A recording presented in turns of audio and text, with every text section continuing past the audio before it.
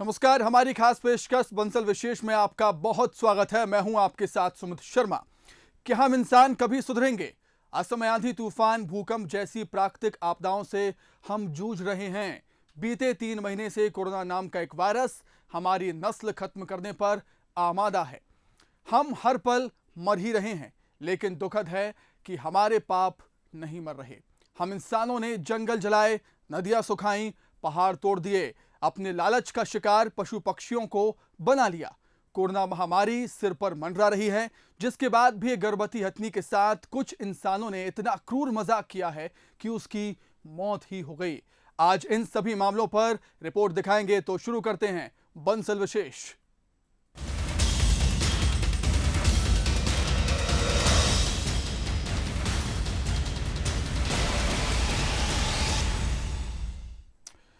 इंसानियत किस कदर शर्मसार हो सकती है, इसका जीता जागता उदाहरण सामने आया है केरल से, जहां कुछ लोगों ने गर्भवती हथनी को पटाखों से भरा अनानास खिला दिया, जिसके चलते वो अनानास हथनी के मुंह में फट गया और उसकी मौत हो गई।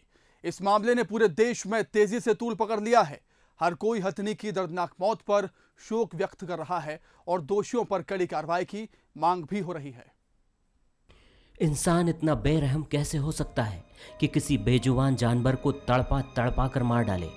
लेकिन ऐसी ही दर्दनाक तस्वीर केरल में देखने को मिली, जहां मंगलवार को एक गर्भवती हथनी ने पानी में खड़े खड़े दम तोड़ दिया। उसे किसी ने पटाखों से भरा अनानास खिला दिया था। हथनी के मुंह में अनानास फट गया और उसकी दर्दनाक मौत हो गई। इस घटना की इंटरनेट पर काफ़ी आलोचना हो रही है। वीडियो सामने आने पर पुलिस समेत लोगों का गुस्सा भी सोशल मीडिया पर खूब फूटा। हाथी मेरे साथी जैसी पिक्चर सबको भाती, फिर क्यों ऐसे जानवर की जान यूं ही चली जाती। खाना ढूंढती उस भूखी माँ ने फल को चबाया, इंसानियत के पटाखे ने उसके जबड़े को उड़ाया। मरते दम तक इंसान को उसने नुकसान नहीं पहुंचाया। उस बेजुबान ने असली मानवता का पाठ पढ़ाया। 3 दिन तक टूटे जबड़े खड़ी रही वो पानी में। अब क्या ही बताऊं तुम्हें उस माँ की कहानी में। फिर हथनी और बच्चा दोनों गए स्वर्ग से धार।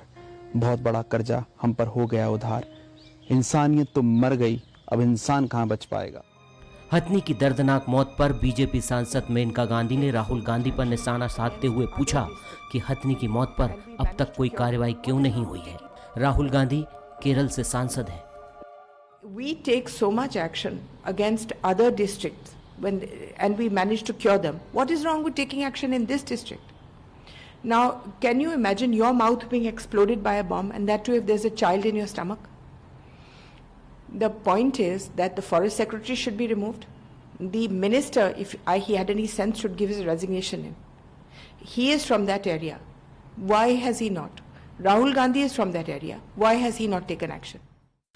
बेजुबान की मौत पर राजनीति से लेकर उद्योग और खेल जगत तक के लोगों में गुस्सा है।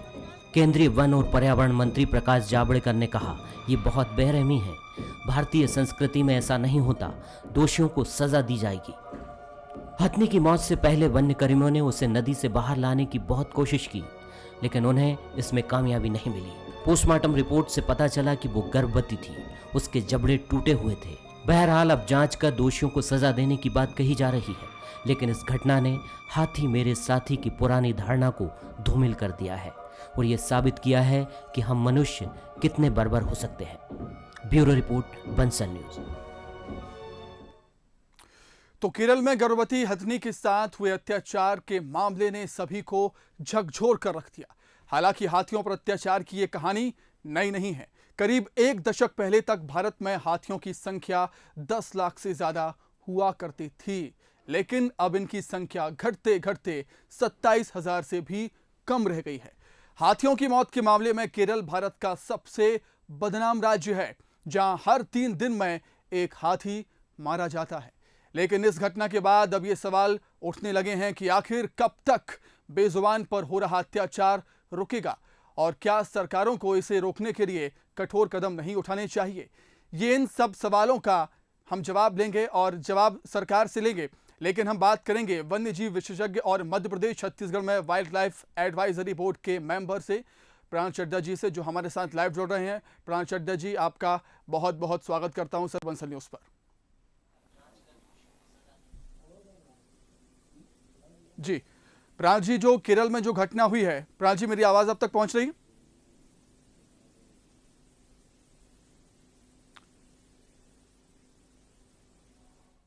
लगता है प्राण जी की आवाज मुझ तक नहीं पहुंच रही है। हम फिर से संपर्क करने की कोशिश करेंगे, लेकिन जो केरल में घटना हुई है उसने सबको झकझोर कर रख दिया। आपको हम तस्वीरें दिखा रहे हैं, तस्वीरें विचलित कर सकती हैं, लेकिन दिखाना भी ज़रूरी है। यहाँ पर एक गर्भवती हथनी को कुछ लोगों ने अनानास दिया जिसमें पटाखे थे, और जैसे ही वो उसको खाती है उसके मुंह में विस्फोट होता है, पटाखे फट जाते हैं, जिससे उसका मुंह बुरी तरह से क्षतिग्रस्त हो जाता है। वो घायल हो जाती है, जिससे वो खाना नहीं खा पाती और इतनी बेचैन हो जाती है कि वो एक तालाब में जाती है, नदी में जाती है पानी की तलाश में, और नदी में ही उसकी मौत हो जाती है। इस घटना ने पूरे देश को झकझोर कर रख दिया है और सोचने पर मजबूर कर दिया है कि कब तक बेजुबानों पर ऐसे अत्याचार होते रहेंगे, क्या ये कभी रुक पाएंगे?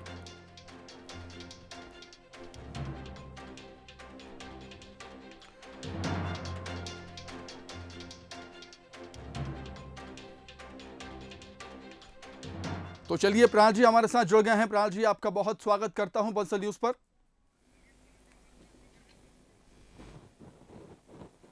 धन्यवाद जी प्राण जी, केरल में जो हुआ वो काफ़ी दुखद था, लेकिन ये पहली बार नहीं हुआ है। ऐसी कई घटनाएं हमारे सामने हैं जब मनुष्य ने अपने स्वार्थ के चक्कर में जीवों का यहाँ पर शिकार किया है, और कहीं ना कहीं ये घटनाएं हमको झकझोर देती हैं, सोचने पर मजबूर करती हैं।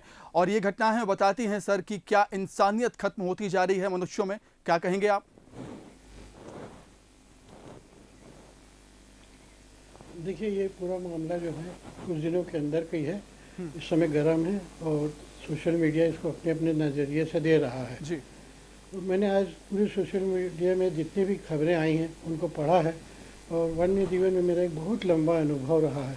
और उसके हिसाब से मैं जब इसका विश्लेषण करता हूँ तो मुझे 3 पार्ट इसमें दिखाई देते हैं। एक पार्ट तो जो राजनीति का गांधी परिवार ने शुरू किया है, उस विषय पर मैं कुछ नहीं बोल पाऊँगा। बाकी रहा हथनी की मौत और उसका तालाब में चले जाना, इन 2 विषय पर मैं अपने विचार रख रहा हूँ। जी। मैं यहाँ से काफ़ी दूर हूँ, मौके को मैंने नहीं देखा है, परंतु मेरा अनुभव जो बोलता है वो ये है कि उस एरिया में आज जो लॉकडाउन चल रहा है उसके कारण हाथी गाँव तक पहुँच सकते हैं। हर जगह ये देखे, देश विदेश में सब जगह ऐसा हुआ है कि लॉकडाउन के सूनापन को वन्य प्राणियों ने एक चारागाह के रूप में नई खोज चालू की। ये भी वहाँ पहुँची होगी। और एक सामान्य बात है, आजकल के किसान जो हैं वो नहीं चाहते कि उनकी कोई फसल को बर्बाद करे। वो एक ऐसे बम बनाते हैं जिसको लोग सुअर बम बोलते हैं। तो सुअर बम को अनानास में भी रख सकते हैं, गुड़ के ढेले में भी रख सकते हैं, और कोई भी जानवर जब उसको खाता है तो उसके मुंह में ब्लास्ट हो जाता है। उसमें मेरे को ऐसा लगता है कि हथनी के साथ कुछ और भी साथी रहे होंगे, और ये वहाँ पे जब उस खेत में या उस जगह पे गए होंगे तो इन्होंने सूंड से उठा के जबड़े में उसको डाल दिया और ये ब्लास्ट हो गया। बाकी हाथी तो भाग गए, पर ये घायल हो गई, और वही सामने में आ रहा है। अभी तक यदि किसी ने अनानास खिलाया होता या बदमाशी की होती तो तीनों चारों पांचों आदमी या एक दो आदमी रहते वो गिरफ्तार हो जाते, उनके नाम जाहिर हो जाते। किसी ने देखा नहीं है, किसी भी न्यूज़ में ये बात नहीं आ रही है कि वो आदमी कौन थे और उन्होंने कब अनानास कितने बजे खिलाया और वो हथनी कहाँ गई। ये बाद में हथनी बहुत घायल होने के बाद वहाँ से किसी तरीके से गांव को या शहर का जो भी एरिया था वहाँ से होते हुए ये उस जगह तक पहुँची जहाँ पानी का कोई ऐसा बड़ा माध्यम था जहाँ ये जाते आते होंगे। हाथियों में एक बड़ी खूबी ये है कि बहुत समझदार संवेदनशील प्राणी है। हमारे जीवन में 2 सेट दांतों के आते हैं, एक बचपन में और एक बाद में। हाथियों में 5 सेट और 6 सेट भी आते हैं कि वो अलग अलग चबा सकें और खा सकें। और एक समय ऐसा आता है जब हाथियों का जबड़ा काम नहीं देता और वो कमज़ोर हो जाते हैं तो पानी के करीब चले जाते हैं। वहाँ उनको 2 फ़ायदा मिलता है। एक तो पानी के अंदर उनको उनका वेट जो है पैरों पे उतना ज़्यादा नहीं पड़ता क्योंकि काफ़ी हल्के हो जाते हैं, तो उनको बॉडी से की तकलीफ़ कम हो जाती है। दूसरा, वो उनको कोई भी जलीय वनस्पति जो रहती है वो खाने को मिल जाती है, जिससे उनका पेट थोड़ा बहुत भर जाता है और पीने को पानी मिल जाता है। ये हथनी भी वहाँ पहुँची है और उस सरोवर में पहली बार देखी गई है जो एक वन विभाग के जिसने पहला पोस्ट बनाया संवेदनशील का, उस व्यक्ति ने इसको देखा है। बाद में इसको वन विभाग के लोग निकालना चाहे और ये जब निकाले तब तक ये मर चुकी थी और पोस्टमार्टम से जाहिर हुआ होगा कि ये हथनी प्रेग्नेंट है। और ये मुद्दा एक ऐसा है क्योंकि हाथी को भारतीय संस्कृति में गणेश भगवान जी का अंशावतार माना जाता है। फिर वो एक प्रेग्नेंट हाथी, आज जब कल पर्यावरण दिवस है, ऐसे समय में हाथी जो सबसे ऊपर पर्यावरण के माना जाता है टाइगर के समान, उसका मारा जाना बहुत ही दुखद है। और भी 20 एंगल सामने आ सकते हैं, हर एंगल पर जांच होनी चाहिए।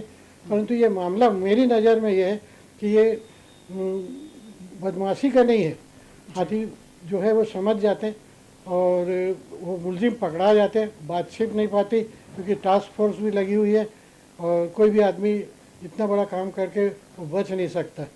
ये बाकी अंदाज है मेरा अनुमान, इसलिए मैं थोड़ा हकीकत के करीब मानता हूँ क्योंकि मैं जानवरों के बीच में काफ़ी रहा हूँ और यहाँ पे भी अब छत्तीसगढ़ में हाथी आ चुके हैं। और उसके पहले जब वो पलामू और उड़ीसा में आते थे, ऑपरेशन जम्बू जब चलता था, तब भी मैंने हाथियों को पकड़ते और सब दिखा है। बिल्कुल प्राण जी, आपने इसलिए छत्तीसगढ़ का जिक्र किया है, ये बात तो केरल की थी, छत्तीसगढ़ की बात भी करना चाहूंगा मैं आपसे। वहां पर ऐसी घटना हमें अक्सर देखने को मिलती हैं जब हाथियों का शिकार किया जाता है, खासतौर पर सूरजपुर में ऐसी घटनाएं सामने आ चुकी हैं, उस पर भी कमेंट चाहूंगा आपसे। नहीं, देखिए हाथियों का शिकार कोई नहीं करता जी। हमारे यहाँ छत्तीसगढ़ में विद्युत की लाइन बहुत नज़दीक है, हाथी ऊंचे रहते हैं और उनके टच में आके मर जाते हैं। कभी कभी ऐसा भी होता है कि हाथी दलदल में फंस गए, निकल नहीं पाए और मर गए। हाथी को कोई जान तो उसके मारना नहीं चाहता। हाँ, कुछ लोग ऐसे जरूर हैं, ये हाथी का जो दांत है, क्योंकि ये हथनी है जो आपके जिसके पहले अपन बात कर रहे थे, इसके दांत नहीं होते हैं, इसमें वो दांत नहीं होने के कारण ये शिकार की संभावना खत्म हो जाती है कि इसको दांत के लालच में मारा गया है। हमारे यहाँ जो ऐसे केस हुए हैं उसमें बाद में दांत भी कभी कभी पकड़ाए हैं, परंतु हाथियों को लोग नहीं मारते। आज भी शासन चाहते हैं कि वो बचे, ग्रामीण भी चाहते हैं बचें, परंतु जब बहुत ज़्यादा हो जाता है तो लोग मसाल फेंक के डराते हैं और भगाते हैं। वो भी एक बहुत निर्ममतापूर्वक कार्य है जिसमें छत्तीसगढ़ सरकार को रोक लगानी चाहिए और वन्य जीव प्रेमियों को सामने आके उनको समझाना चाहिए। जी प्राण जी, ये तो हाथी की बात हुई, मैं दूसरे जानवरों की भी बात करना चाहूँगा आपसे। जिस तरीके से पूरी दुनिया में, हमारे देश में नहीं पूरी दुनिया में उनका शिकार हो रहा है, आप किस तरीके से देखते हैं इन सब घटनाओं को? और आपने काफ़ी करीब से देखा है, जानवरों को प्रकृति के लिए काफ़ी महत्वपूर्ण है। अगर ये हमारे बीच धीरे धीरे नहीं रहे, जैसे विलुप्त प्रजातियाँ हैं, ब्लैक पैंथर हुआ, पोलर बियर हुए, जे हमारे बीच अगर ये नहीं रहे तो क्या कुछ असर प्रकृति पर पड़ेगा इसका? देखिए, ब्लैक पैंथर जो है ना, वो म्यूटेंट के ज़्यादा होने से होता है। जैसे टाइगर एल्बिनो के होने से सफ़ेद होता है जी। तो ये दोनों एक ही स्पेसीज हैं, ये कोई अलग नहीं है। वो जो उसको अपन ब्लैक लेपर्ड बोल रहे हैं वो उसी का बच्चा है जिसकी माँ एक सामान्य पैंथर थी और उसका बाप भी सामान्य, बच्चे अलग हो सकते हैं, ये कोई अलग चीज़ नहीं हो। जहाँ तक शिकार की बात है, आदमी के अंदर आखेट की प्रवृत्ति आज तक खत्म नहीं हुई है। जी। गाँव जितने भी हैं वो नेशनल पार्क के अंदर बसे हुए हैं। आज तक भारत में ऐसा नहीं हो पाया कि नेशनल पार्क से बाहर हो। गांव वाले आज भी हाका करके और कुत्तों के माध्यम से शिकार खेलने के लिए बिल्कुल लगे रहते हैं और इस फिराक में रहते हैं कि कोई एक हिरण उनके हाथ लग जाए, कोई जानवर उनके हाथ में लग जाए। और संसार सिंह जैसे शिकारी जब तक जीवित हैं, जब तक वो टाइगर को मारने के लिए कोई ना कोई उनका नेटवर्क काम करते ही रहता है। कान्हा हो या बांधवगढ़ हो, बांधवगढ़ की सीता टाइग्रेस जो थी जी। उसको भी आखिर इन्होंने मार दिया, जो विश्व प्रसिद्ध टाइग्रेस थी। और उसके बाद ये लोग पकड़ाए और उन्होंने हाईकोर्ट में ये सर्टिफिकेट दे दिया कि मैं मर चुका हूँ। जी जी। और वो फिर छूट के बाहर घूमने लग गए। तो इतने इनके पास दांव पे शिकारियों के पास, वन्य जीवों के पास तो कुछ नहीं है। जी। ये 2 किलो मटन के लिए हिरण को मार देते हैं। ये आदिम प्रवृत्ति इनकी कभी खत्म होगी या नहीं, ये बड़ी बात है। जी प्राण जी, आपका बहुत शुक्रिया। ये थे हमारे साथ जुड़े थे वन्यजीव विशेषज्ञ प्राण चड्डा जी, जिन्होंने काफ़ी अच्छी जानकारी हमसे शेयर की है, हाथियों के बारे में हो या अन्य जीवों के बारे में। प्राण जी, आपका बहुत बहुत शुक्रिया हमारे साथ जुड़ने के लिए, तमाम बात करेंगे निसर्ग तूफान की, जिसने मध्य प्रदेश में असर दिखाना शुरू कर दिया है। कई जिलों में बारिश का दौर जारी है, तेज हवाएं और बिजली कड़क रही है और इसके साथ ही किसानों के दिल भी उतनी ही तेजी से धड़क रहे हैं। वजह है किसानों का अनाज, जो साल भर की मेहनत के बाद तैयार होता है, लेकिन बारिश उनकी मेहनत पर पानी फेरने के लिए आमादा है। गेहूं खरीदी में लेट लतीफी से किसान परेशान हैं। जो माल खरीदा जा चुका है वो भी लापरवाही के चलते बारिश की भेड़ चढ़ने को तैयार है। निसर्ग बढ़ा रहा किसानों का दर्द। बारिश और तूफान ने बढ़ाई परेशानी। हर तरफ बेबसी और बर्बादी की कहानी।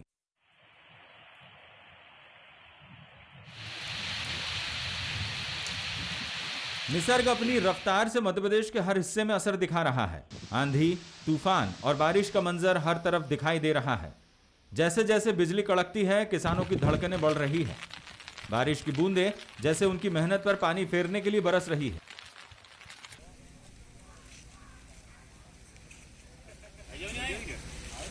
ये मौसम ऐसे ही किसानों की धड़कनों को नहीं बढ़ा रहा। ये तस्वीरें देखकर आप खुद किसानों की चिंता को समझ जाएंगे। खरीदी में लेट लतीफी के चलते किसान अपनी साल भर की मेहनत लेकर खरीदी केंद्रों के बाहर खड़े हैं। लंबी कतारें लगी हैं। खाने पीने की परेशानी तो किसान झेल रहे हैं, लेकिन बारिश से होने वाले नुकसान झेलने की न तो उनके पास हिम्मत है और ना ही गुंजाइश। 3-3 दिन तक खुले में टोलियां लेकर खड़े हैं। थोड़ी सी बारिश ही इन्हें बर्बाद करने के लिए काफी है।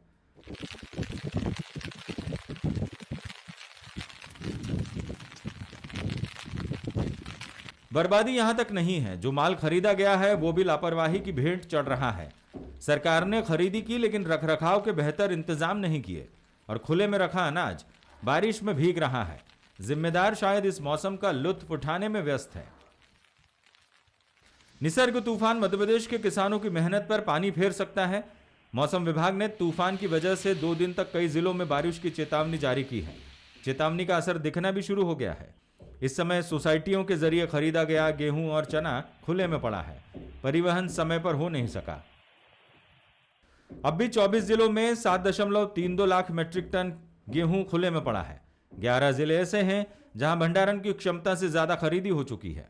13 जिलों में अभी गोदाम फुल नहीं हुए, लेकिन परिवहन की दिक्कतें, बारदान और हम्मालों की कमी के चलते गेहूं गोदाम तक नहीं पहुंच पा रहा।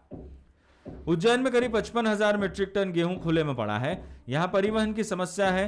धार जिले में 77,000 मीट्रिक टन गेहूं पर भीगने का खतरा मंडरा रहा है। सीहोर जिले में 1,17,000 मीट्रिक टन भगवान के भरोसे है। सरकार का दावा है कि 90% अनाज का भंडारण किया जा चुका है। दावा सही भी हो सकता है, लेकिन तस्वीरें संतोषजनक नहीं है। करोड़ों का गेहूं भीगकर बर्बाद होने की कगार पर है, तो खरीदी केंद्रों के बाहर खड़े किसानों पर भी मौसम का कहर बनकर टूट रहा है, जो उनके सपने, उनकी मेहनत और उम्मीदों पर पानी फेर रहा है। Bureau report, Bansal news. जहां कोरोना ने कई लोगों को अपनों से दूर कर दिया है, तो कुछ कपूतों ने कोरोना की आड़ में अपनों को सड़क पर दर-दर भटकने के लिए छोड़ दिया है। ऐसे ही बुजुर्ग मां बाप को समाज कल्याण विभाग, जिला पुलिस प्रशासन और स्मार्ट सिटी की टीमों ने रेस्क्यू किया। ये तस्वीरें लॉकडाउन में बुजुर्गों पर सितम की हैं। महामारी के दौरान ये तस्वीरें मजबूरी का दर्द बयान कर रही हैं और इन तस्वीरों को देखकर ये समझा जा सकता है कि माँ बाप बच्चों पर बोझ हो सकते हैं, लेकिन बच्चे कभी भी उनके लिए बोझ नहीं होते। जिन बच्चों को माँ बाप ने बड़े ही लाड़ प्यार से पाल पोष कर बड़ा किया, उन बेटों ने ही उन्हें घर से निकाल दिया। रायपुर में कपूतों ने लॉकडाउन की आड़ में अपने घर के बुजुर्गों को सड़क पर बेसहारा छोड़ दिया। कोई स्कूटी से तो कोई कार से अपने माता पिता को सड़क पर छोड़कर चला गया। ये लोग ठीक से अपना नाम पता भी नहीं बता पा रहे हैं। टाटीबंद चौक पर एक वृद्ध मिले, जो सिर्फ अपना इलाहाबाद जा रहा हूँ बस ये बता पा रहे थे। इसके आगे बोलने की स्थिति में नहीं थे। कुछ वॉलंटियर्स ने वहाँ पर तैनात अमानाका पुलिस को भी जानकारी दी कि ये शख्स कहाँ जाना है ये भी नहीं बता पा रहे हैं, लेकिन इनके शायद किसी परिजन ने लाकर टाटीबंद चौक पे छोड़ा है। और उसके बाद समाज कल्याण विभाग की टीम जो उनके डिप्टी डायरेक्टर हैं भूपेंद्र पांडे जी, उनके मार्गदर्शन में उनको अपने साथ लेकर अपने शेल्टर होम पे उनको शरण दी है। पूरे लॉकडाउन के दौरान शहर में ऐसे करीब 70 बेसहारा लोग मिले हैं। इनमें से करीब 15 बुजुर्गों को संस्थाओं के आश्रय में रखा गया है। पुलिस अब इनके परिजनों की तलाश कर रही है। 31 तारीख को एक बुजुर्ग यहाँ टाटीबंद चौक पे आए हुए थे और अन्य जो कार्यकर्ता हैं उनका ये कहना था कि एक कोई युवा उसको यहाँ ला करके छोड़ दिया था, इलाहाबाद उनको पहुँचाना है बोल करके। और जब वो बहुत देर तक उनके बारे में ये पता चला कि वो बातचीत नहीं कर पा रहे हैं, किसी प्रकार की अच्छे से चल फिर भी नहीं पा रहे हैं करके, उनको कहाँ जाना है, गंतव्य कहाँ है उनका, ये नहीं बता पाए। तो उसके बारे में जैसे ही संज्ञान हुई, हमने वरिष्ठ अधिकारियों को बताया। और यहाँ चूँकि अन्य विभाग के, स्वास्थ्य विभाग और समाज कल्याण विभाग के भी कर्मचारी अधिकारी लगे हुए, तो उनको समाज कल्याण विभाग के अधिकारियों को बता करके वर्तमान में अभी उनको उसको शेल्टर हाउस जो है वहाँ भेजा गया है, उनको आइसोलेशन में भी रखा गया है। जिन माँ बाप ने जीवन भर अपने बच्चों को पलकों पर बिठा कर रखा, उनकी खुशी में खुश हुए और दुख में दुखी। धूप लगी तो सिर पर हाथ रखकर शीतल छाया दी और बारिश हुई तो खुद उसकी छतरी बन गए। लेकिन उम्र के आखिरी पड़ाव पर जब माता पिता को सहारे की जरूरत थी, तब कुछ कपूतों ने कोरोना की आड़ में अपनों को सड़क पर दर दर भटकने के लिए छोड़ दिया। लेकिन ये लोग शायद इस बात को भूल गए हैं कि एक वक्त उन्हें भी इस उम्र का सामना करना पड़ेगा। कोरोना काल में जब बढ़ चढ़ कर लोग मदद के हाथ बढ़ा रहे हैं और लोगों की मदद कर रहे हैं, श्रमिकों की कर रहे हैं, लोगों को घर पहुंचा रहे हैं, ऐसे भी मामले सामने आए कि लोग अपने बुजुर्गों को छोड़कर अगर यहाँ चले जा रहे हैं, तो वाकई ये बातें रोंगटे खड़ी कर देती हैं, आंखें नम कर देती हैं। जिस देश में बुजुर्गों का आदर होता है, उस देश में बुजुर्गों को अगर सड़कों पर छोड़ दिया जाए, इससे बुरी बात और क्या हो सकती है। कैमरामैन अखिलेश के साथ अभिषेक शुक्ल, बंसल न्यूज, रायपुर। तो बंसल विशेष में फिलहाल इतना ही। खबरें लगातार जारी हैं, आप देखते रहिए बंसल न्यूज। नमस्कार।